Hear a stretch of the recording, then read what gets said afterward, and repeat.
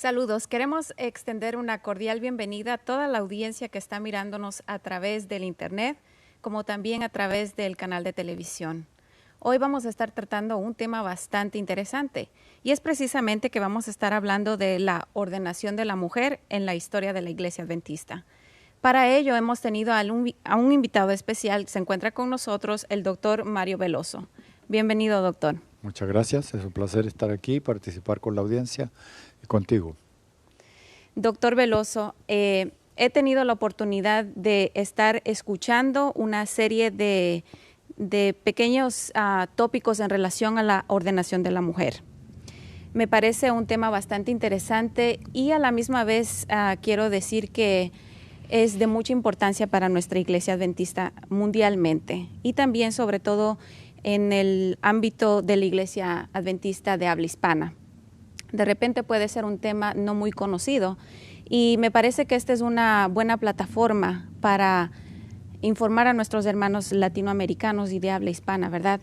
Precisamente acerca de la historia de este tema, de cómo surgió la ordenación de la mujer en la Iglesia Adventista. Pero antes de desarrollar el tema, ¿qué le parece, doctor, si me habla un poquito acerca de su trasfondo, de dónde es usted y un poco de su preparación académica también?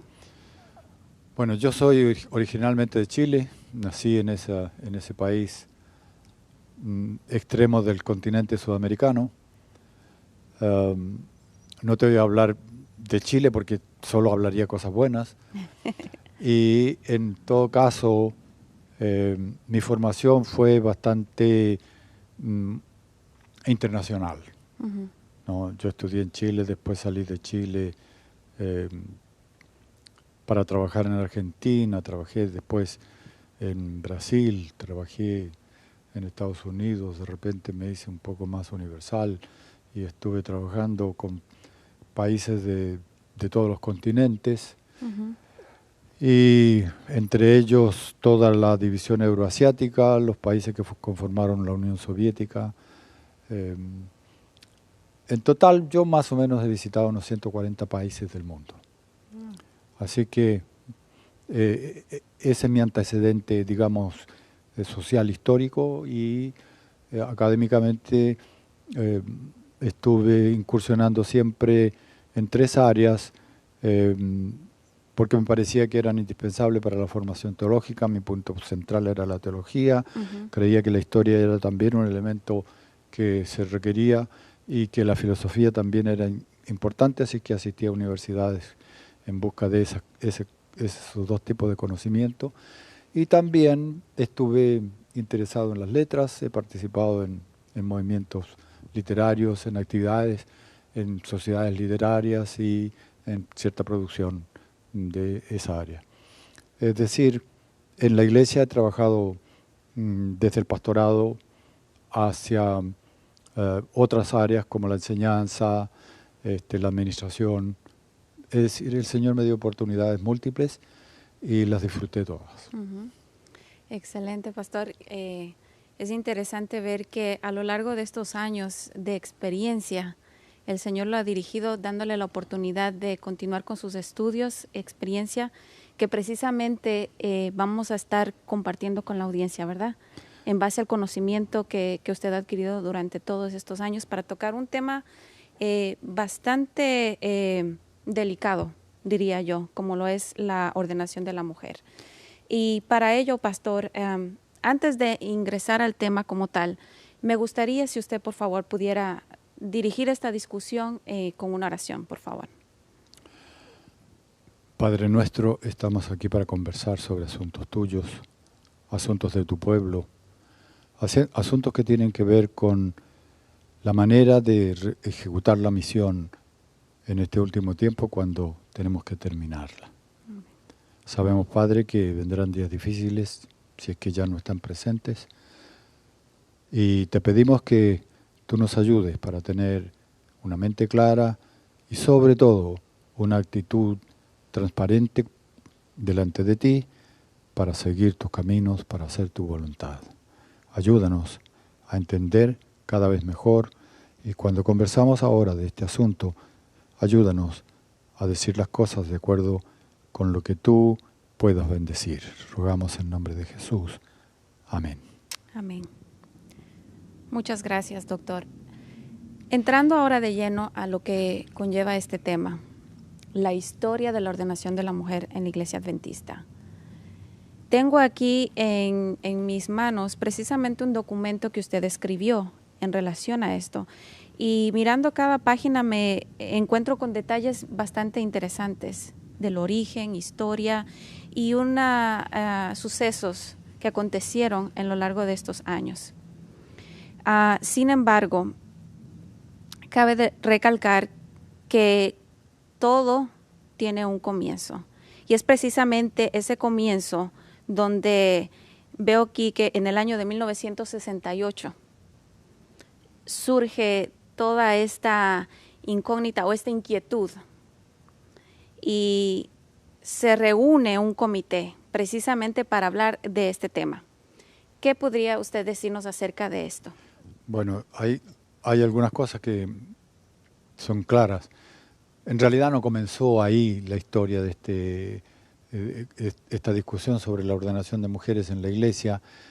Yo tomé ese punto de partida porque es el punto moderno y porque el primer intento de estudio en 1881 no fue de consecuencias importantes, sino que fue muy fugaz. Se nombró una comisión para que estudiara el problema y trajera un informe, pero después nunca más se habló, ni se trajo informe, ni se comentó más el asunto, hasta en el año de 1968, cuando vino una pregunta de Europa. Uno de los países nórdicos mandó a la Asociación General la pregunta de si se podía ordenar mujeres o no. Básicamente querían saber si la Biblia o el Espíritu de Profecía tenían alguna cosa contra la ordenación de mujeres. La Asociación General nombró una comisión de 3 y ellos, dentro de poco tiempo, entregaron un informe y el informe decía que no había ningún elemento en la Biblia ni en el Espíritu de Profecía que favoreciera la ordenación de mujeres. Unánime, el informe. Entonces, estaba claro, no había base bíblica ni del Espíritu de Profecía, debía haber terminado todo ahí. Correcto. Pero no terminó. Es una cosa un poco paradójica, pero es así como ocurren a veces las cosas. Y el capítulo se siguió abriendo y abriendo y abriendo hasta que llegamos hoy. Y en ese documento que tú tienes va mostrando la manera como se estiró el proceso y qué razones hubo para que tal cosa ocurriera y las cosas que se dicen y las que se viven, que a veces no se dicen, están en el documento. Correcto. Y es interesante, como usted dice, que el capítulo no se cerró, quedó una brecha abierta y continuó. Y de ahí surge otra reunión más. Y es precisamente la reunión de Moheven Meeting. En el 1973 dice aquí, pero hay una fecha en específico que es de septiembre del 16 al 19.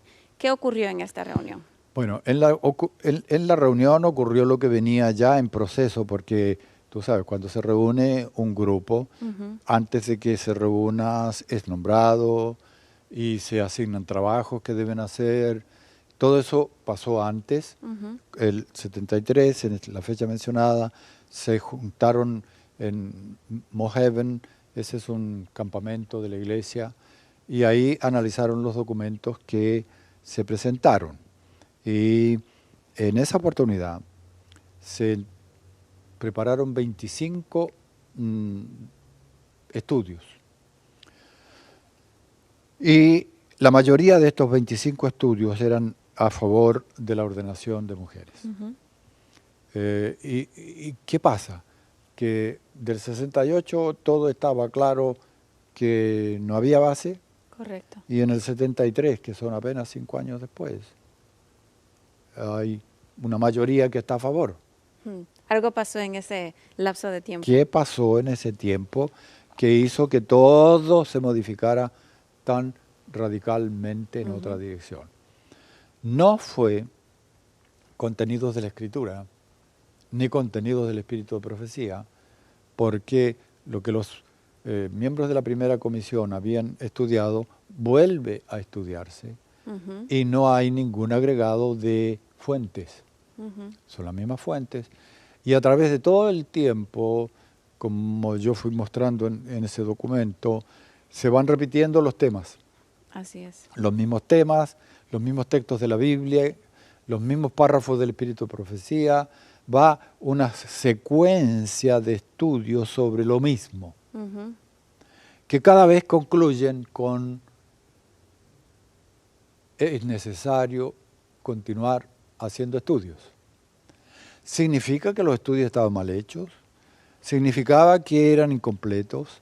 ¿Significaba que podría haber nuevas fuentes que no habíamos tomado en cuenta? Nada de eso.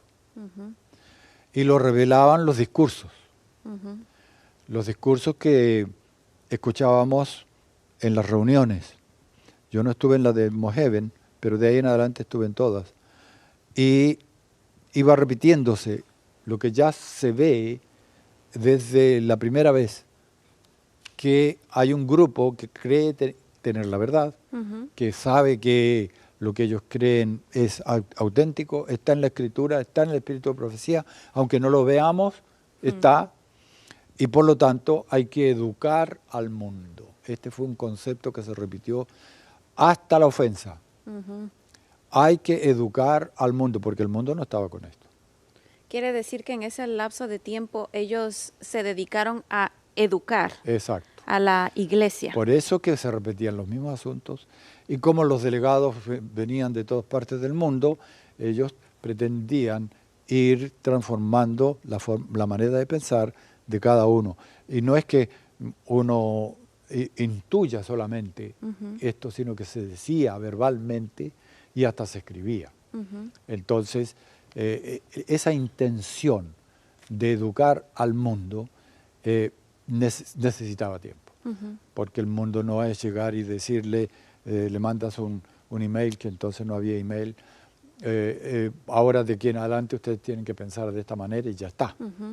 No, tenía que ser un proceso largo, un proceso de estudio de la Escritura, para poder ir convenciendo a la gente en el camino de que esto que estaba aquí en Norteamérica era válido para todo el mundo. En realidad, desde Moheven salió claro cuál era la posición de Norteamérica. Así es. Y ahí, por eso que la mayoría de los documentos que se presentaron estaban a favor de la ordenación. Y ahora hay interesante, porque dentro de los documentos que se presentan, aquí dice, hay dos documentos en oposición. Y precisamente quienes entregan estos documentos son mujeres. Son dos mujeres, sí. Y ellas están aquí diciendo en su conclusión, y aquí está dentro de comillas, dice aquí: a pesar de que son vastas las áreas donde la mujer de la iglesia puede servir con distinción, no como ministro ordenado dentro de la iglesia. Esa era la posición de una de las mujeres, y era una señora de mucha influencia en la iglesia, la que escribió ese documento. Y además fundamentó el documento con la Escritura, ¿no? Entonces, y por el hecho mismo de ser mujer, implicaba o transmitía una cierta objetividad, una cierta autoridad, porque no estaba ella haciendo conclusiones simplemente partidistas o de un grupo, sino que estaba leyendo la Escritura y llegando a conclusiones desde la Escritura y desde el Espíritu de Profecía. Y veo también la otra persona, sí, quien también entrega su documento, dice aquí que la mujer debería, dice, estar bajo la supervisión administrativa del varón. Y ella fue muy interesante en su planteamiento. Dijo que si hubiera un caso, supongamos, admitió que podía colocarse mujeres en los departamentos de la iglesia, y abrió el espacio para muchas actividades de la iglesia, menos el pastorado de la iglesia local. La ordenación no la admitió. Entonces, dentro de su criterio estaba el principio de que el que tiene el poder de dirección era el hombre. Por eso, cuando dice que si en alguna circunstancia una comisión se nombrara entre los departamentos donde la mujer fuera la que iba a dirigir, que en ese caso se nombrara un hombre para dirigir. Eso lo dice una señora. Y entonces, esto claro, hizo un cierto impacto la posición de estas damas, y yo no las vi nunca más en ninguna comisión. Bueno, cabe mencionar que mientras estoy leyendo este documento, de esta comisión y de estos documentos, de estos papeles que se entregan, ¿verdad? Ninguno de ellos presentan un fundamento bíblico que tenga el peso para apoyar la ordenación de la mujer. Bueno, los textos bíblicos, ninguno apoya la ordenación de la mujer, a menos que se recurra a interpretaciones de los textos. Exacto. Hay interpretaciones que apoyan a la mujer, pero no textos. Exacto. Los textos bíblicos son claros y, bueno, decimos son claros, para ellos no eran claros. Entonces ellos planteaban una serie de argumentos para incorporar dentro del texto sencillo de la Escritura la idea de que se podía también incorporar a la mujer. Y eso ocurrió con textos de Pablo, en sus cartas, con textos de Pedro, y con toda clase de textos de Elena de White. En realidad, de Elena de White se estudiaron básicamente tres textos que insistieron en ellos y se han venido estudiando a través de todos los tiempos. Desde ahí para acá, siempre los mismos textos, no hay más, porque no hay más referencia a ordenación, sino esos únicos tres textos de Elena de White en los que habla o de ordenación o de imposición de manos en mujeres, y era solamente la aclaración. Y cada vez una interpretación de esos textos trae la idea de que sí, que están incluidas las mujeres, pero en realidad, analizando los contextos y los textos en sí mismos, no hay tal cosa. Y de hecho, ya que usted menciona una de las citas que es tomada de la hermana White, esta es la cita que se menciona aquí, dice: las mujeres que están dispuestas a consagrarse con parte de su tiempo al servicio del Señor deberían ser asignadas para visitar a los enfermos, mirar a los jóvenes y ministrar en las necesidades de los pobres. Esta es una de las citas que se toma precisamente para apoyar en favor de la ordenación de la mujer. Es una de las citas principales, ¿no es cierto? Y no se toma en cuenta o no se ve, no quiero decir no se quiere ver, pero no se toma en cuenta cosas que son bien claras ahí. Primero, dice que es un trabajo de part-time, tiempo parcial. Si alguna tiene puede dedicar parte de su tiempo. Más parcial, tiempo parcial que esa expresión no puede haber. Entonces, hay un trabajo específico, no es un trabajo pastoral de conducción de iglesia, sino que son tres cosas que tiene. Y estas tres cosas son parecidas a los trabajos que hacen las diaconisas. Exacto. ¿No es cierto? Entonces, si bien que no está hablando del trabajo de las diaconisas, es un trabajo parecido al que ellas hacían. Y entonces dice que se puede imponer las manos a este tipo de personas que trabajaran así. Además, dice que no es un trabajo independiente, sino que debe estar sometida al consejo de la junta de la iglesia local y del pastor. Así es. Entonces ni siquiera es un trabajo a nivel de asociación como es el trabajo del pastor, sino que es un trabajo a nivel de iglesia local. Por lo cual, en lo que está hablando Elena de White ahí no tiene nada que ver con ordenación de pastoras. Tiene que ver con un tipo de asistencia al pastor y de ayuda al trabajo de la Junta de la Iglesia, pero no más que eso. De manera que esta cita ha sido hasta cierto punto malinterpretada. No digamos malinterpretada, pero no se ha visto el contenido real que tiene. Okay. ¿No? Y entonces, por un lado, hay quienes leen de ese otro modo más general como un contenido para autorizar a cualquier mujer para el pastorado cuando no alcanza. Si yo llego a un ejército y le digo, esta persona puede ser suboficial, no significa que puede ser oficial. Correcto. ¿No es cierto? Significa que en esos términos y en esas condiciones puede, pero no en otras. Entonces, ahí es donde está la lectura un poco con objetivo, que a veces todos los lados de una cuestión podemos tener el riesgo corremos el riesgo de hacer. Ahora, surge otra pregunta. En 1984 se habla de dar permiso para ordenar a mujeres ancianas. ¿Qué nos puede comentar acerca de esto? Bueno, ocurrió. Es un voto de la Asociación General, el que ocurrió en 1984, basado en un voto que había tomado el Concilio de Primavera en el año 79, que autorizaba la ordenación de mujeres para la división norteamericana. Entonces, en el 84 se volvió a estudiar el asunto y convencieron a los delegados del mundo entero que se aplicara este voto a todo el mundo. Pero tenía dos problemas esta cosa. Primero, que no tenía base bíblica.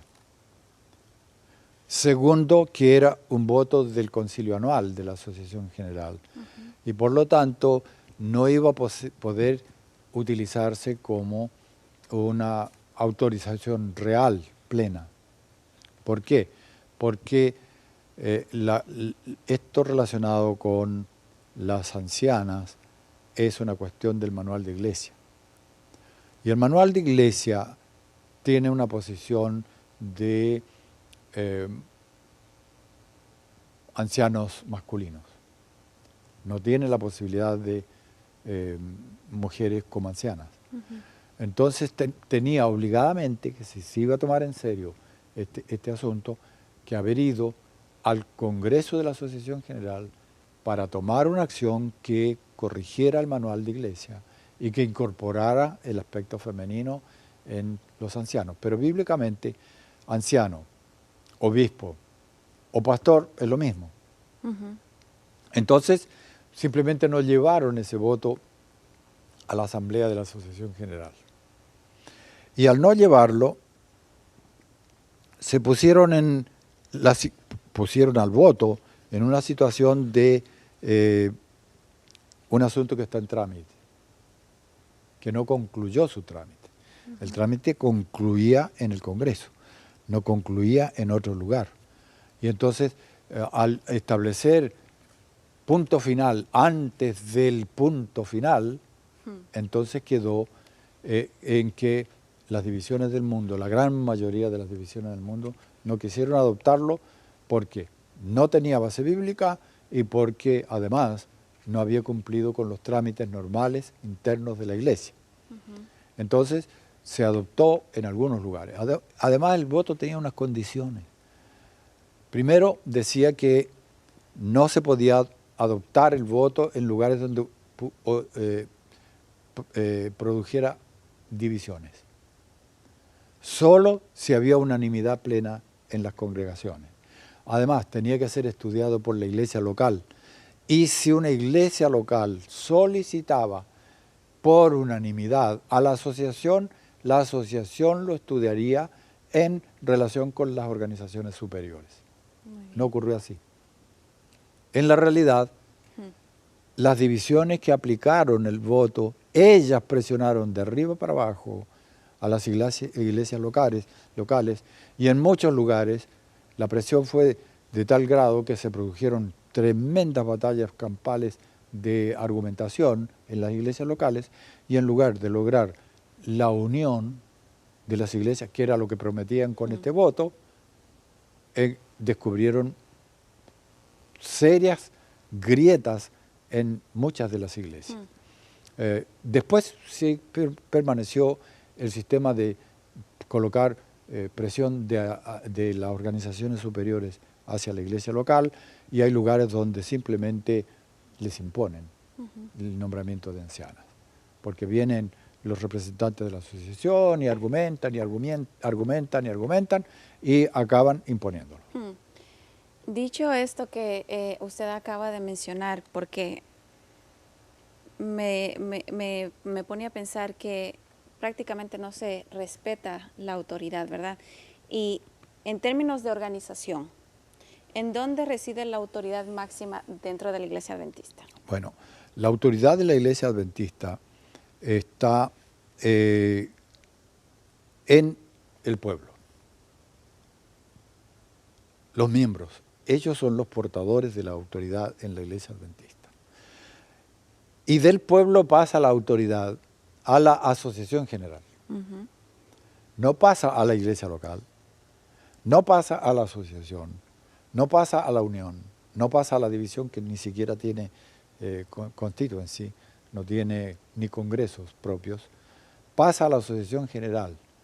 Y la asociación general, por orientación del espíritu de profecía, es la que tiene la autoridad máxima en la Iglesia Adventista del Séptimo Día. Esto está registrado en el manual de la Iglesia, bien clarito, está registrado en el libro de reglamentos de la Iglesia, todo está documentado.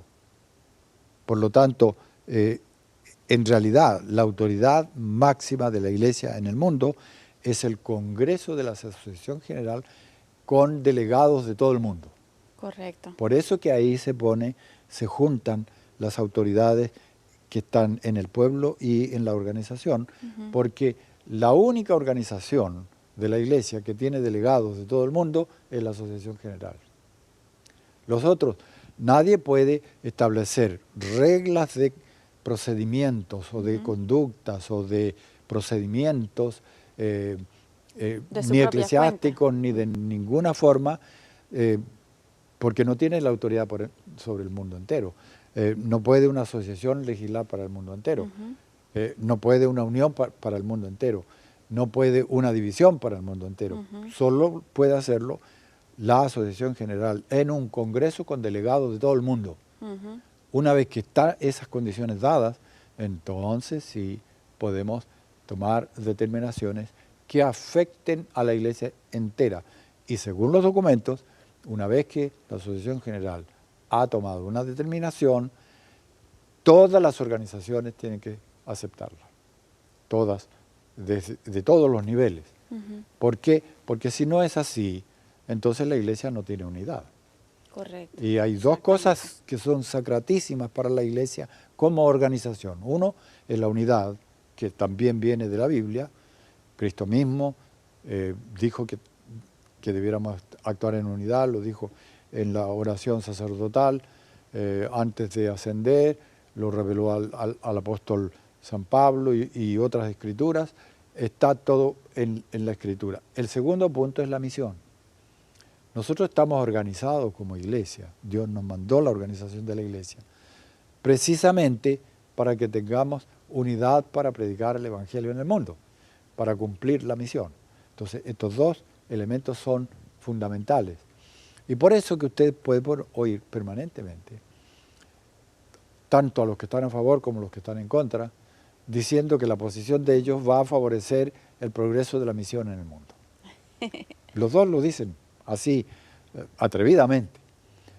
Sin embargo, podemos mirar nosotros el mundo. ¿Cuáles son los lugares del mundo que crecen y en donde la misión avanza? Son los lugares que están en contra de la ordenación de mujeres. Y los lugares donde están a favor no crecen, o crecen muy poquito. Muy poco. O están en retroceso. Entonces, el argumento de que este asunto les va a ayudar a crecer a avanzar con la misión, en la realidad está jugando en contra de ellos, porque no logran conseguir que se produzca el avance. Y no porque estén solo ocupados en la discusión, ellos ya tienen mujeres ordenadas. Y en la medida que han ordenado mujeres tendría que notarse el avance, y lo que se observa es lo contrario. ¿No? Porque ni siquiera vemos una tendencia fuerte de ordenar mujeres para el avance de la misión, sino que hay unas pocas en pastorados y hay otras en funciones administrativas y otras en funciones hasta de secretaría en algunos lugares, pero que no tienen nada que ver con la ejecución allá de la misión en el avance de la predicación. Bueno, todo eso es más una argumentación que una realidad. Ahora, avanzando un poquito con lo que conlleva la historia, ¿verdad?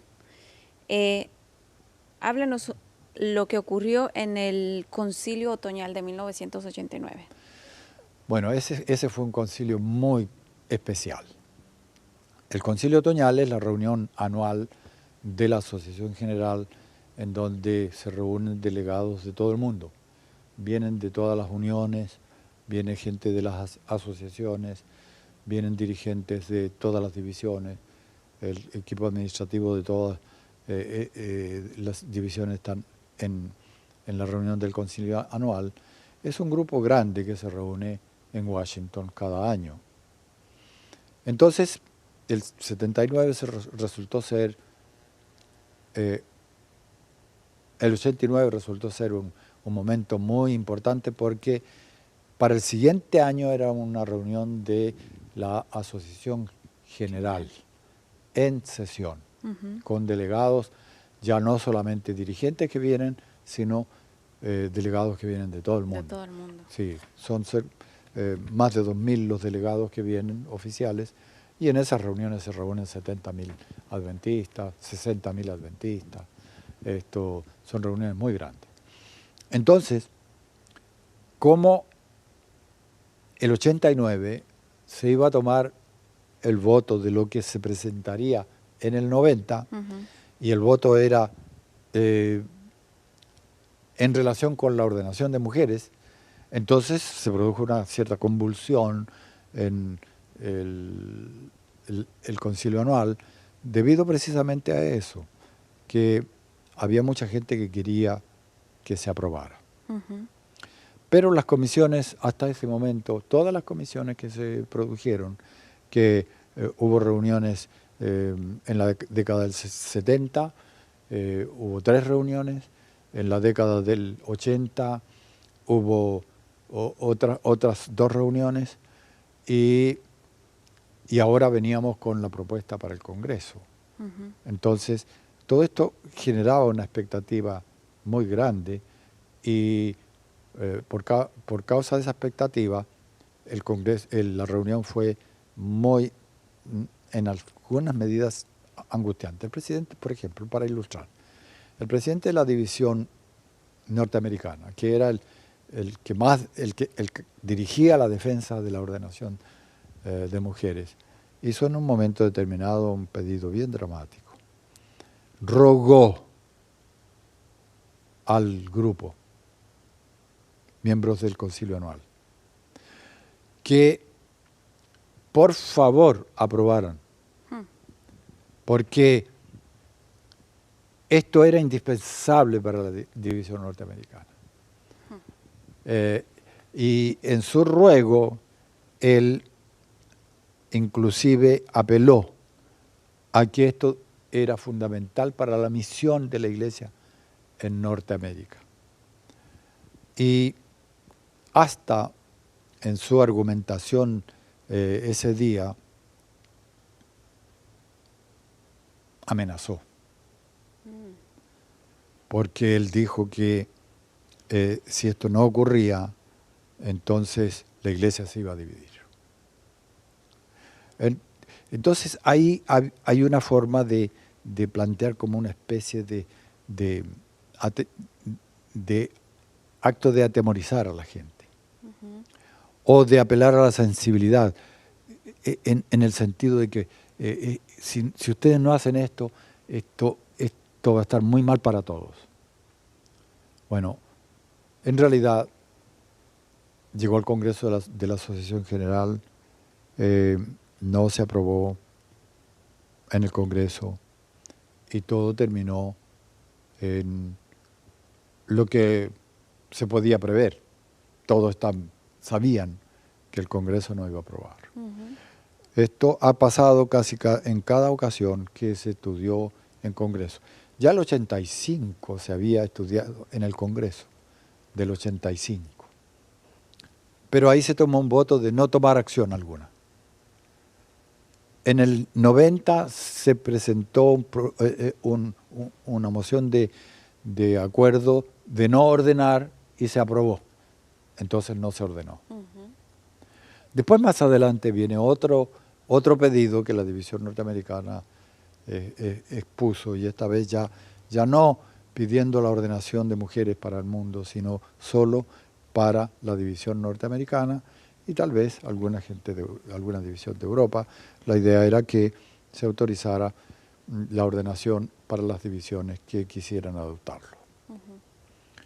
Cosa que el 95 tampoco fue autorizado. Entonces, tiene 3 congresos de la Asociación General que de algún modo expresaron su voluntad a este respecto y ninguno de los 3 aprobó. Sin embargo, la presión continuó. ¿Y por qué continuó? Porque el mundo todavía no estaba educado para esto. Entonces había que seguir educando al mundo. Esa veo que ha sido la estrategia que han estado tomando durante todos estos años. Efectivamente. Educar. Efectivamente. Que el mundo llegue a convencerse, que conquistemos el mundo para la idea de la ordenación de mujeres. Y el mundo ocurre que todas las divisiones distantes de estas que están a favor, ellas han estado pidiendo insistentemente una cosa, que esté basada en la Escritura. Si está basada en la Escritura, entonces vamos. Si no está basada en la Escritura, no podemos aprobar. Y como todos los esfuerzos para demostrar que está basado en la Escritura no resultaron, debido a que no pudieron probar que efectivamente esté en la Escritura, entonces no aprobaron. Ahora, esta vez, ¿qué va a pasar esta vez? Ellos, desde luego que los que están a favor de la ordenación de mujeres han estado haciendo un trabajo muy fuerte a través del tiempo.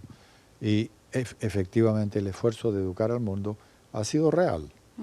Ha sido con documentos, con actitudes, con votos, con acuerdos de juntas, y etcétera, etcétera, dando la impresión de que sí, esto ya está adoptado. Además, no solo votos y acuerdos de juntas de aquí de Estados Unidos, sino también actos, porque han estado ordenando mujeres sin estar autorizados.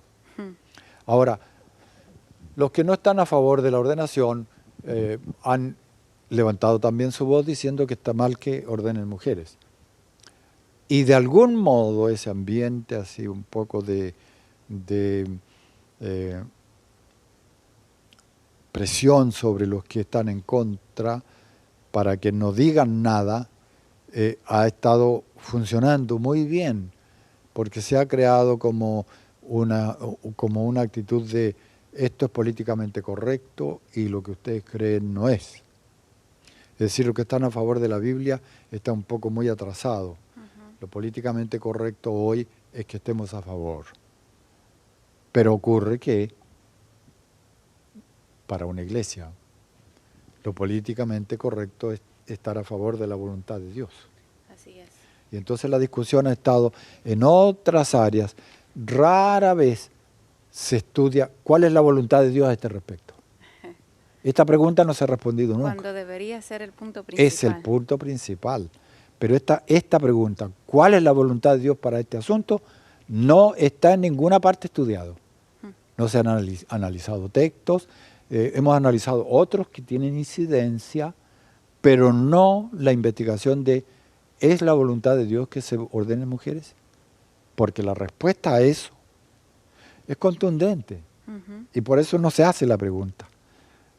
No va a haber cómo decir, en la voluntad de Dios está incluido esto después de enumerar todas las expresiones de voluntad de Dios. Cuando, por ejemplo, si le preguntamos a Dios, ¿cuál es tu voluntad para el casamiento?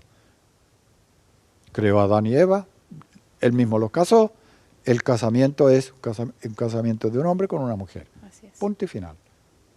Agregarle otras cosas, ¿cómo lo haces?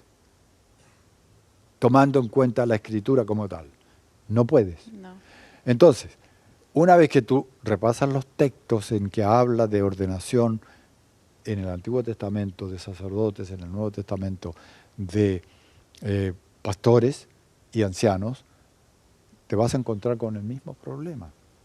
Que Dios siempre dijo, hombres. No, está referido a masculinos, está en la práctica entendido así. Pablo dijo cosas que la gente de su época las entendió claras y por eso nunca nombraron a una mujer anciana. Lo cual evidencia que los que estaban en el tiempo que él escribió las cosas o que él las predicó tal vez también, entendían bien. Porque hay unanimidad en todo, en toda la práctica cristiana de la época. Así Entonces, por ahí estamos viendo que no va a ser posible incorporar elementos. Entonces, no preguntemos cuál es la voluntad de Dios.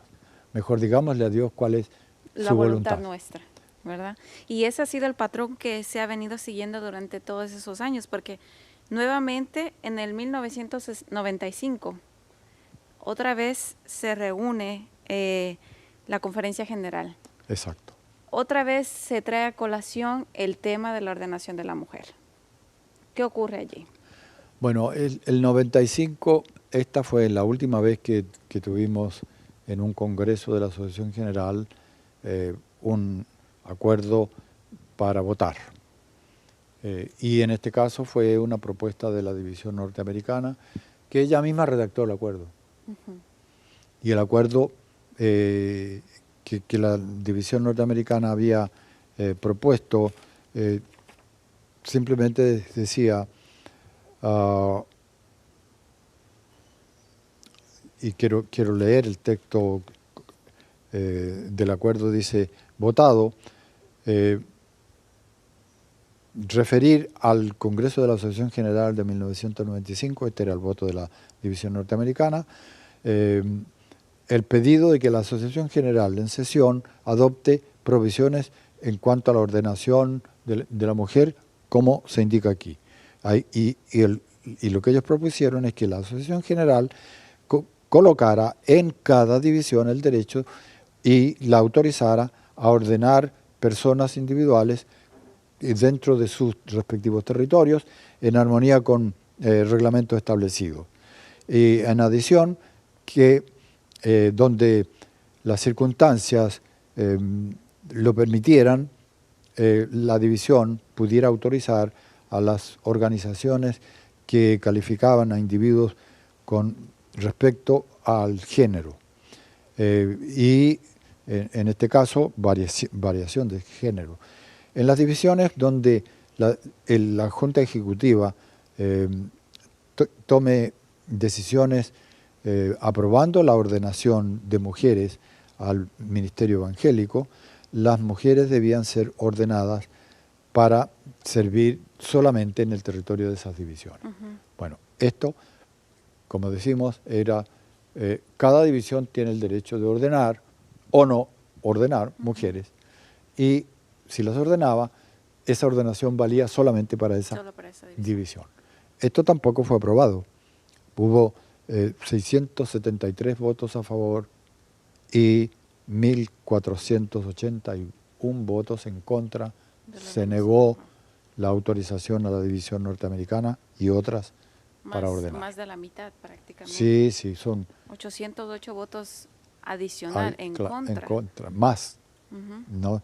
Así que en este aspecto hemos estado en una imposibilidad de lograr que el mundo concordara. Es decir, que el proceso de educación del mundo se encontró con una barrera imposible de superar. Hasta ahora por lo menos. Y si se llegara a cambiar esta actitud, no va a ser porque el mundo esté convencido de la ordenación. El proceso de educación está destinado a fracasar completamente. Si se llega a estimar esto como aceptable, va a ser sobre otras bases que ya no son las bases bíblicas. ¿Por qué? Porque se va a basar en interpretación de textos más que contenido de textos. Y hay que hacer una distinción bien clara entre el contenido de un texto y la interpretación del contenido. El contenido es parte de la revelación que Dios nos da. La interpretación del texto es el modo como el ser humano lo lee. Y entre la configuración del texto por revelación de Dios y el modo como la persona lo lee, hay un método. Entonces la divergencia está en el método de lectura del texto. Eso, mientras se utilice un método que no es el método bíblico, vamos a tener una lectura que no es el contenido bíblico. Va a haber una lectura, interpretación errónea. Va a ser una interpretación, como quiera que sea, admitiendo la posibilidad de que fuera verdadera. Va a ser sobre una interpretación, ya no sobre el texto mismo. Y lo que tenemos que hacer es una decisión basada en el texto bíblico, que eso es la revelación de Dios, ¿no? Y hay diferentes teorías de cómo tomar esto, pero el principio de que la decisión debe estar basada en lo que actualmente está en la Biblia, seguirá valiendo siempre, y no en una interpretación del texto como tal, cualquiera que sea esa interpretación. Ahora, doctor, hemos mirado ya a algunos sucesos que han ocurrido a lo largo de la historia, reuniones distintas que se fueron suscitando en estos años. Hay otra comité, pero quisiera que usted me descifrara un poquito primeramente las siglas de lo que significa este comité y precisamente de esa reunión que se estableció. Es acerca de TOSC. Bueno, esa sigla está basada en el nombre inglés. Y es Theology of Ordination Study Committee. Comisión de estudio de la ordenación y entonces de la teología de la ordenación. Esto se originó, no directamente, indirectamente se originó en el Congreso de la Asociación General del 2010, el último. Porque estos congresos ocurren cada 5 años. Entonces, varios de los delegados hicieron comentarios fuera de agenda en cuanto a la ordenación, cuando iban al micrófono para hablar sobre algunos asuntos que estaban en agenda, incorporaban el tema. Y se repitió y se repitió. Entonces, ¿qué pasó? La llamada Steering Committee, que es la comisión que administra las reuniones del Congreso durante los días del Congreso, ella estudió el asunto que estaba comentándose en la Asamblea y llegaron a la conclusión de que no podía incorporarse en la agenda ahí, en ese momento, porque la agenda se vota con tiempo de anticipación, porque el orden establece y la equidad en los procedimientos exige que esto no surja así espontáneamente, ningún asunto, que alguien se levante, o 5, o 6, o 10, o 15, y que ellos sean la representación del mundo entero, no se puede aceptar ese criterio. Entonces, no se podía incorporar en la agenda inmediatamente. Pero hubo una disposición de la comisión de tal vez estudiarlo después. Entonces, en la última reunión, el que estaba presidiendo la sesión de ese día dijo que habían escuchado los discursos esos, que los habían tomado en cuenta y que ustedes, dijo, oirán más acerca de este asunto en el futuro. No dijo el próximo Congreso va a traer una propuesta. Dijo simplemente que se escucharía más. Y de hecho, la administración actual, el pastor Ted Wilson, que es el presidente hoy, él, con el equipo administrativo, llegaron a la conclusión de que sí, esa palabra del vicepresidente, que indudablemente estaba basada en la conversación de la Comisión Administrativa del Congreso, había que tomarla en cuenta y que era apropiado nombrar una comisión para que estudiara teológicamente el asunto. Es decir, hasta ahora todos los estudios que se habían hecho no eran sobre ordenación de mujeres. Nunca se dijo en ninguna comisión el objetivo de ustedes de estudiar la ordenación. El título que se le dio a casi todas las comisiones que se nombraron, o los grupos de estudio que hubo en la década del 70 y del 80, llevaban el título de lugar de la mujer en la iglesia. Nunca se animaron a decir ordenación, estudios sobre la ordenación de mujeres. ¿Por qué? Porque era todo hecho eufemísticamente, ¿no? En realidad era el título a estudiar el lugar de la mujer, y lo que se hacía era estudiar la ordenación. Esporádicamente algún estudio que hablaba acerca de qué podía hacer la mujer en la iglesia, pero eso era así, unas cuantas gotas en una tormenta de lo otro. Y ahora, por primera vez, salimos del closet y le pusimos el título que correspondía, y entonces se produjo una comisión para estudiar la teología de la ordenación de mujeres. Y hemos estado por 2 años en este proceso.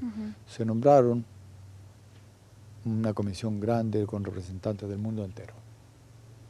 ¿Cuántos representantes componen esta comisión? Estaba compuesta por 106 miembros. De esos 106, la mayoría residían aquí en Norteamérica. Se nombró 2 representantes por cada división. Son 13 divisiones en el mundo. Entonces serían 26 de representantes de las divisiones. La división norteamericana, que es la que está aquí, entonces tenía 2 delegados. Los representantes de las divisiones del mundo eran 24. El resto de los delegados, casi todos residentes de Norteamérica. Así que estaba una pesada representación de residentes de Norteamérica. No digo que estaban todos a favor de la ordenación, pero eran todos residentes que estén a favor o en contra, están presionados por la realidad de Norteamérica. Así es. Presionados desde muchos puntos de vista. En primer lugar, porque si tú estás en un ambiente que tiene un esquema de lo que es correcto, políticamente correcto, no corresponde a la iglesia, pero por analogía usamos la frase, entonces si tú estás fuera de eso que es considerado políticamente correcto, puedes correr riesgos. Hay problemas. Hay problemas contigo. El menor de todos los problemas es que vas a aparecer como un anticuado, como un ignorante, como un no cristiano porque no sabe ser tolerante, y toda la descripción de la línea dura, de la personalidad legalista, de este criterio un tanto separatista de la iglesia, porque ellos creen que el que está muy firme en la doctrina cree en la ausencia de error en las palabras, y creen que no se permite ningún estudio en profundidad de la Escritura, sino que es un estudio superficial. Es decir, es una imagen bastante detestable de quien está en contra aquí en Norteamérica, y aunque tú estés en contra, no deja de presionarte esa imagen, porque nadie quiere estar en la piel de un ogro. Así Y entonces, eso por decirlo menos, Ujú. porque eso es real, es absolutamente real. Y además, hay otras cosas que están involucradas, por lo tanto, hay una presión, si estás en contra. Y por el otro lado, los que están a favor, hay una cierta glorificación de esa gente. ¿Y quién no quiere jugar el papel de héroe? Exacto, el ¿Ves? papel del bueno. El papel del bueno. Entonces, hay presiones. No digo que esté mal una cosa ni la otra, sino que hay presiones que están ejerciéndose en todos los que residen en Norteamérica. Y cuando la mayoría de ese lado está en una comisión, tiene que haber un factor de influencia en cualquier conclusión que llegue a la comisión. Ujú. Ahora, doctor, hablando de las reuniones que ha tenido esta comisión, sabemos que el año 2015 está a las puertas. Una vez más se reúne el Congreso General con representantes de todo el mundo, como usted mencionaba, representantes que vienen hasta 60,000, 80,000 personas. Es allí donde se piensa presentar como resultado de lo que se ha venido estudiando estos 2 Bueno, eso es la años. expectativa. En realidad, los- la, la tarea que se le dio a la comisión no fue entregar un informe al Congreso de la Asociación General del 2015, sino realizar un estudio acerca de la teología de la ordenación de mujeres y presentar recomendaciones no al Congreso, sino a la administración de la Asociación General, que a su vez la administración lleva sus conclusiones al concilio anual, como ocurrió el 89, y al mismo tiempo que lo lleva ahí, puede incorporarlo en la agenda del Congreso siguiente, que en este caso sería el del 2015. La expectativa de todo el mundo es que este asunto esté en la agenda de ese Congreso. Y la idea que todos desarrollan es, ahí se decidirá la cuestión.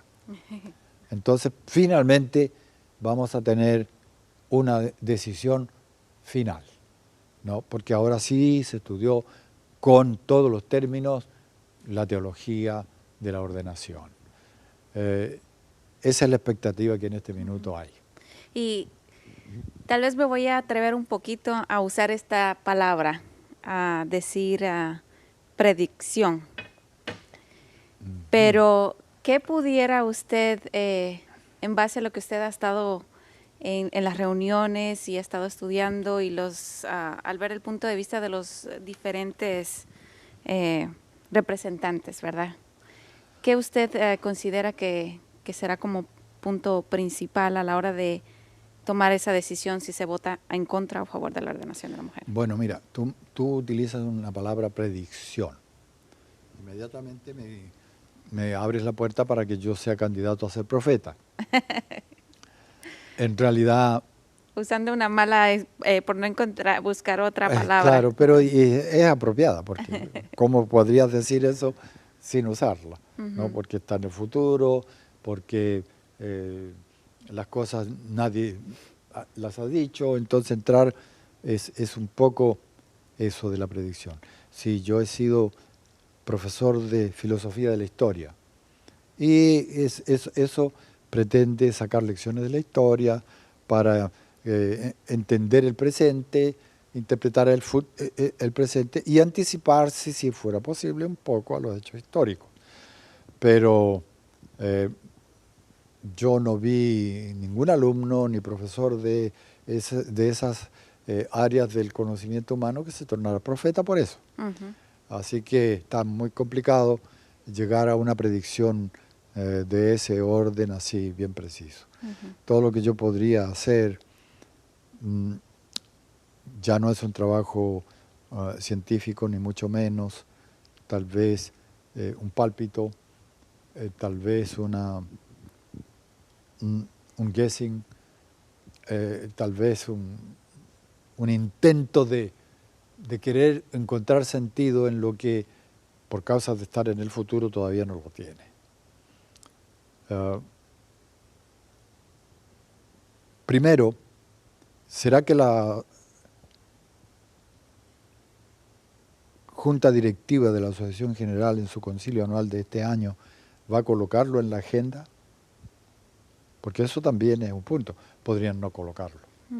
Si no lo colocan, están en toda su atribución. Es decir, no es automático que vaya al Congreso de la Asociación General. Dicho esto con claridad absoluta, yo pienso que sí lo van a colocar.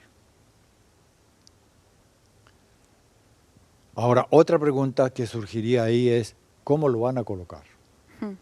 Eso ya es más preciso y es más difícil de predecir.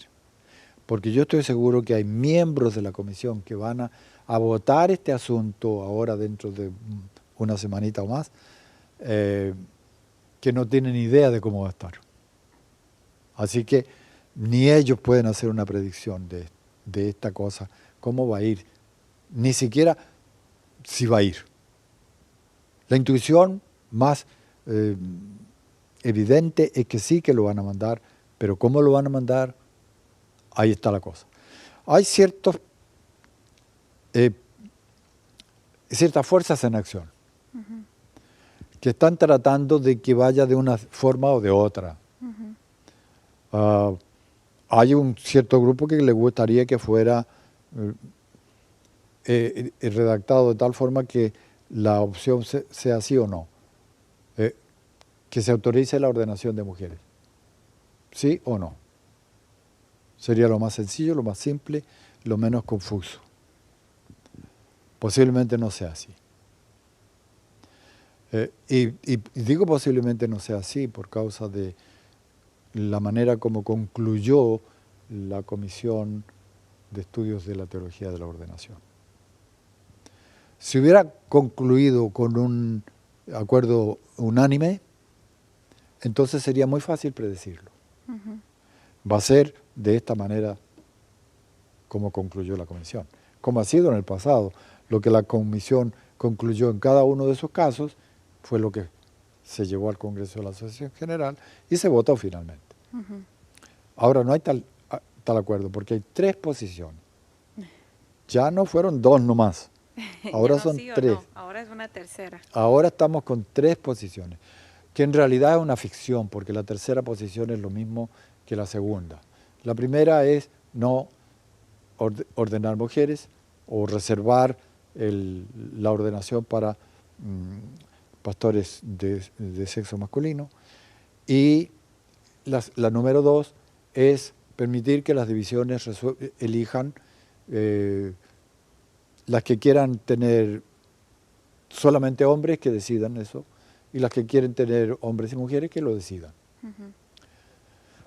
Y la tercera posición, que es más o menos lo mismo que la anterior, es por lo tanto igual, con una argumentación diferente, pero con un resultado idéntico.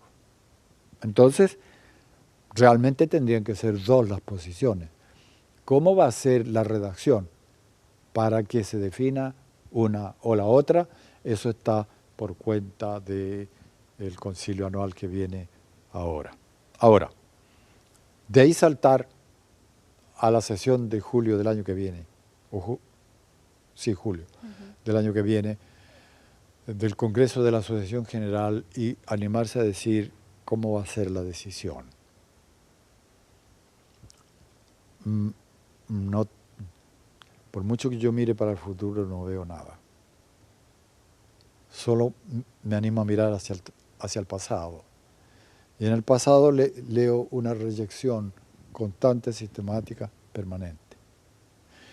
Cierto, un aumento de votos a favor, pero el aumento es tan pequeño que para efectos de una votación como tal no tiene incidencia. Porque como tú observaste, la votación en un caso era como de de 3-1, en el otro como de 2-1. ¿Y cómo sería ahora? Posiblemente la misma tendencia, con poco más votos a favor,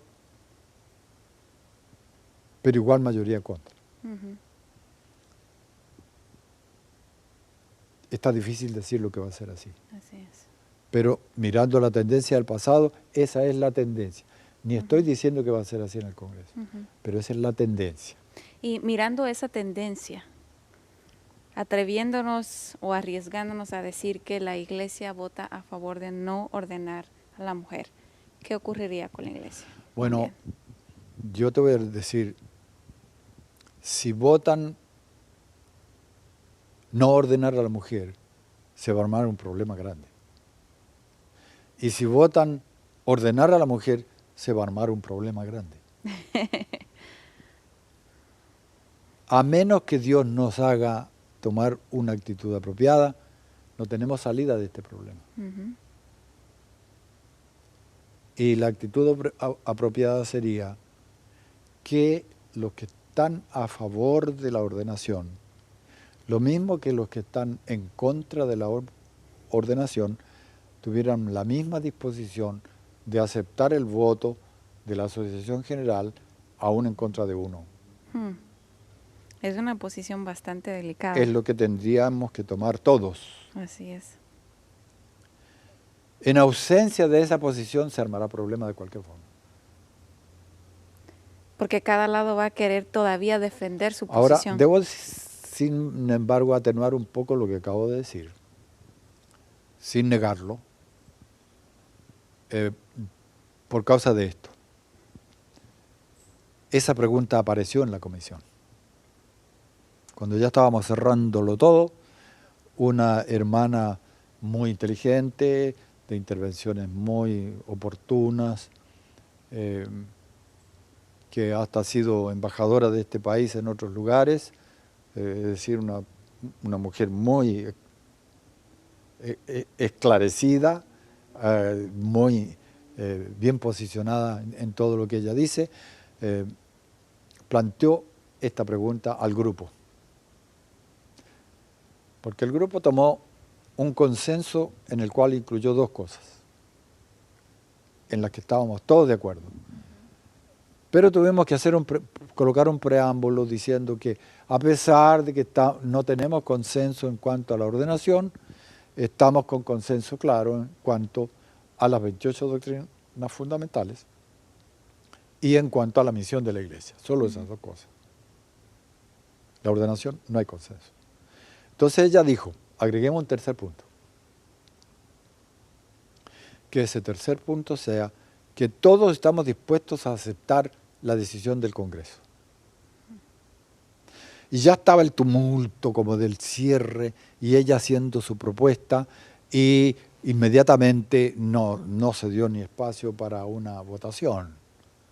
Porque como se buscaban consensos, ya inmediatamente se escuchó en el tumulto el grupo de los que estaban a favor de la ordenación no quería ese consenso y con que hubieron unos cuantos que no lo querían ya no se podía agregar.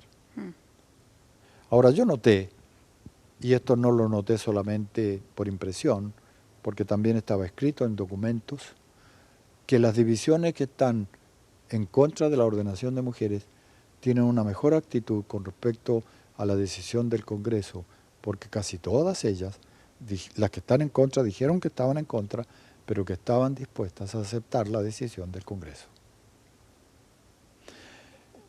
Por el contrario, las otras divisiones no estaban dispuestas a aceptar la decisión del Congreso. Y esto fue expresado así categóricamente en el grupo total, porque hubo preguntas concretas que se le hicieron a personas específicas y respondieron con claridad. En un caso respondió yo sí personalmente, estoy dispuesto a aceptar el Congreso, la decisión del Congreso, pero mi división no, mis uniones tampoco. Entonces, aquí hay una cuestión muy interesante. Estábamos un día almorzando, un grupo, y estábamos en una mesa redonda. Había, creo, una sola mesa redonda grande, y ahí estábamos varios de nosotros. Y a mi lado estaba Mark Finley, muy conocido por todos. Un hombre sabio, que yo respeto y quiero mucho por la gran contribución que ha hecho en el evangelismo de la iglesia y otras cosas. Y entonces él me dice, Mario dice, después de todo esto, después de todas estas reuniones que tú has estado, y la forma como te has relacionado con todos los procesos estos, ¿cuál crees tú que es el argumento más importante en contra de la ordenación? Una pregunta para la antología, ¿no es cierto? Entonces yo le dije, ¿sabes? A esta altura, que hemos repetido los mismos textos bíblicos en todas las reuniones, hemos repetido los mismos párrafos de Elena de White en todas las reuniones, yo ya no estoy más buscando argumentos. Ya no hay argumentos. Todos conocemos todos los argumentos. A cualquiera de los miembros de la comisión, siéntalo en un panel, hazle las preguntas y sabe todos los argumentos. Entonces, yo estoy ahora buscando actitudes. Para mí, lo que me define a mí son las actitudes. Las actitudes que las personas, miembros de esta comisión, tengan con respecto a los que están opuestos a ella, con respecto a los que están a favor de ella, con respecto a las divisiones que estén en contra de su posición y con respecto a la Biblia. Sobre todo, le dije, con respecto a lo que Dios dice. Si están dispuestas a hacer lo que Dios manda, eso para mí es un buen camino. Y ese es el camino que debiéramos seguir todos. Eso es lo que yo quisiera, que todos nosotros estemos dispuestos a hacer la voluntad de Dios a cualquier precio. Precio de la cultura, precio de la apariencia de saber, precio del prestigio entre las otras iglesias, precio de la apariencia de estar al día en el mundo, al precio que sea. Si tomamos esta actitud, el Señor nos va a bendecir y nos va a llevar hacia un fin glorioso como lo tiene prometido. Y este fin es fin de la misión, es fin de la historia humana, es fin del pecado, es una cosa muy grandiosa. Entonces nosotros necesitamos estar realmente en sintonía con Dios. Así es. ¿Por qué? Porque lo que está delante de nosotros es muy grande para una fuerza tan pequeña como la fuerza de la Iglesia Adventista. Entonces necesitamos estar en condiciones de ser canales, cada uno de nosotros, para que el poder de Dios entre en acción en la Iglesia. Y si no estamos dispuestos a conocer, a aceptar su voluntad, entonces no estamos dispuestos a que Dios intervenga, porque el que, dijo Cristo con toda claridad, que el que quisiere conocer la doctrina, la conocerá si está dispuesto a hacer la voluntad de Dios. Así es. El que hiciere su voluntad, ese conocerá de la doctrina. Si estamos dispuestos a eso, vamos a tener toda la revelación, toda la conducción del Espíritu, toda la guía de Dios, todo el poder de Dios en la decisión, y vamos a andar unidos y vamos a ir al desarrollo final de la misión. Si no, Dios nos libre de lo que viene. Usted mencionó algo importante. Había precisamente leído en este documento esa experiencia que usted expresa con el pastor Finley, que usted estaba más analizando la actitud, ya no los argumentos. Como iglesia, ¿cuál debería ser la actitud frente a estas divisiones que han optado ir en contra de lo que ya la iglesia anteriormente ha votado en no apoyar la ordenación de la mujer? Mira, esta es una pregunta muy complicada de responder, porque tú me estás agrupando lo que parece ser natural, una parte de la iglesia que sigue las decisiones de la Escritura, que sigue las decisiones de los congresos, y otra parte que no sigue una ni la otra. ¿Cómo tienen que tratarlos los que están queriendo hacer la voluntad de Dios? Yo estoy seguro que en cuanto a las personas, el trato tiene que ser mucho mejor que el trato a los enemigos. Y el trato a los enemigos, el Señor dijo que si te hieren una mejilla, hay que poner la otra.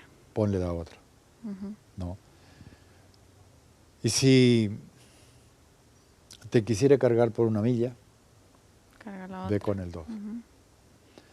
Entonces yo creo que ese espíritu está claro en la Escritura.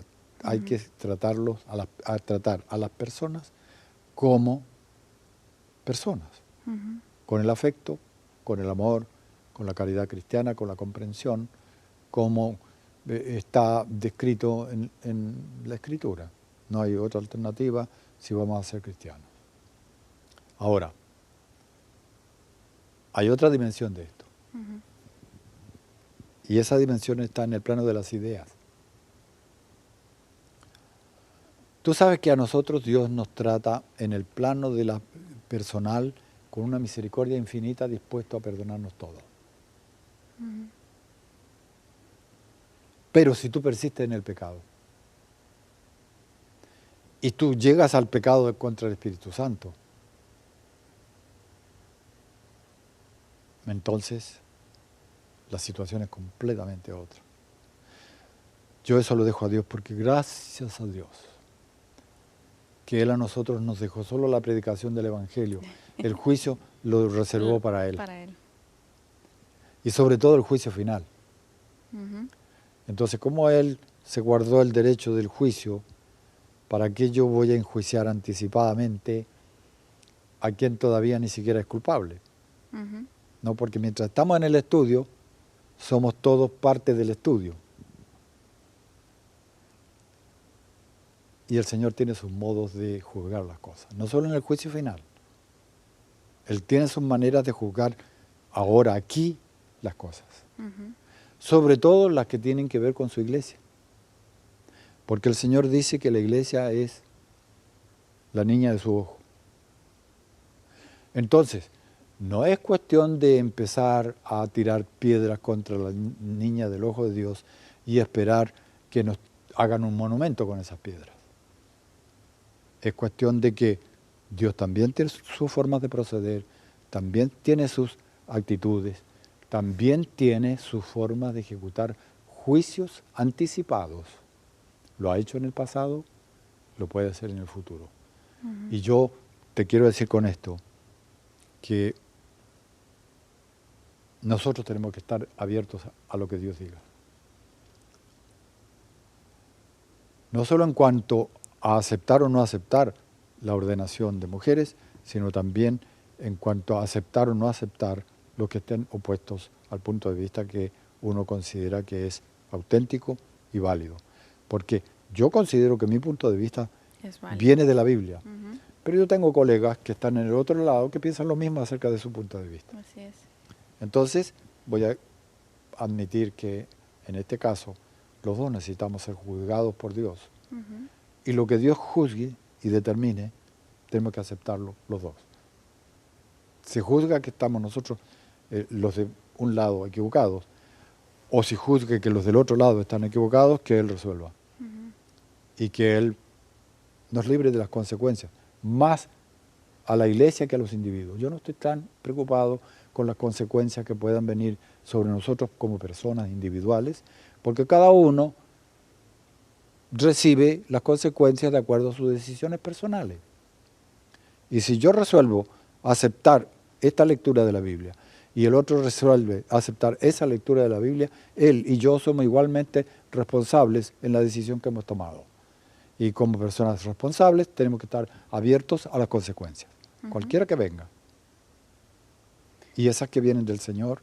Mira, en el peor de los momentos, David, cuando estaba en la peor angustia de sus castigos por sus pecados, él le dijo al Señor que yo caiga en manos del Señor. que no caiga en manos de los enemigos del Señor, que yo caiga en manos del Señor. Yo creo que esa es la actitud que nosotros debemos tener. Caigamos todos en la mano del Señor y que el Señor haga la definición tanto del asunto en discusión como de las personas que estamos comprometidas con esta discusión. Porque los que estamos en la comisión no solamente tenemos la responsabilidad de un miembro de la iglesia, tenemos una responsabilidad de orientación a todos los miembros de la iglesia. Y a los futuros miembros que se están agregando. Y el futuro de la iglesia lo estamos poniendo en juego. Entonces hay unas consecuencias. No creas tú que es una honra estar en esta comisión. Estar en esta comisión es un riesgo muy grande para cada uno. Una responsabilidad enorme, porque determina lo que la iglesia va a adoptar en el futuro.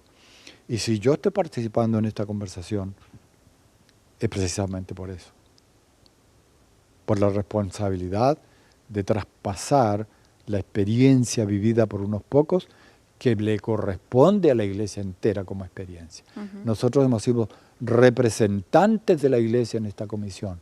Entonces la experiencia que nosotros hemos vivido es de la iglesia. Tienen que recibirla. Nosotros tenemos que traspasársela, tenemos que contársela, tenemos que comunicársela para que la iglesia, con su sabiduría, resuelva las cosas, con la sabiduría de Dios, con la influencia del Espíritu, y pueda escuchar la palabra, sabiendo lo que unos y otros dicen, para que el Espíritu les dé el discernimiento y su conocimiento de la Escritura les permita ver cuál está en lo cierto. Para mí es una cuestión de autoridad. Autoridad de la palabra, autoridad de Dios, autoridad de la iglesia. Humildad de nuestra parte para aceptar todo esto, indispensable, y el Señor sea glorificado.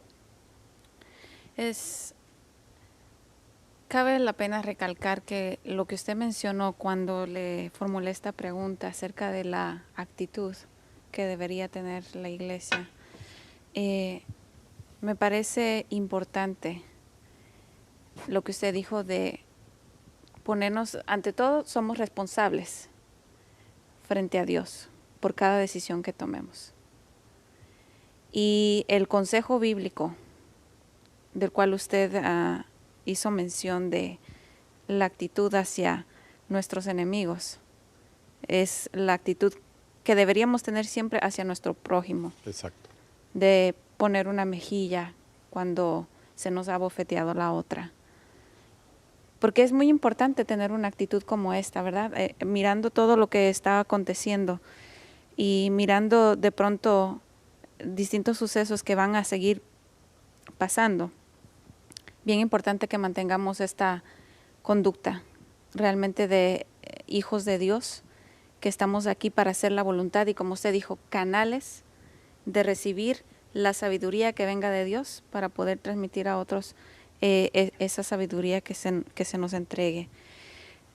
Yo sé que el tiempo se nos está acortando, y a manera de recapitulación, ya a manera de cierre, en cuanto se ha estado hablando de la historia de la ordenación de la mujer en la Iglesia Adventista, un pequeño resumen que pudiera compartir con la audiencia que está mirando estos momentos.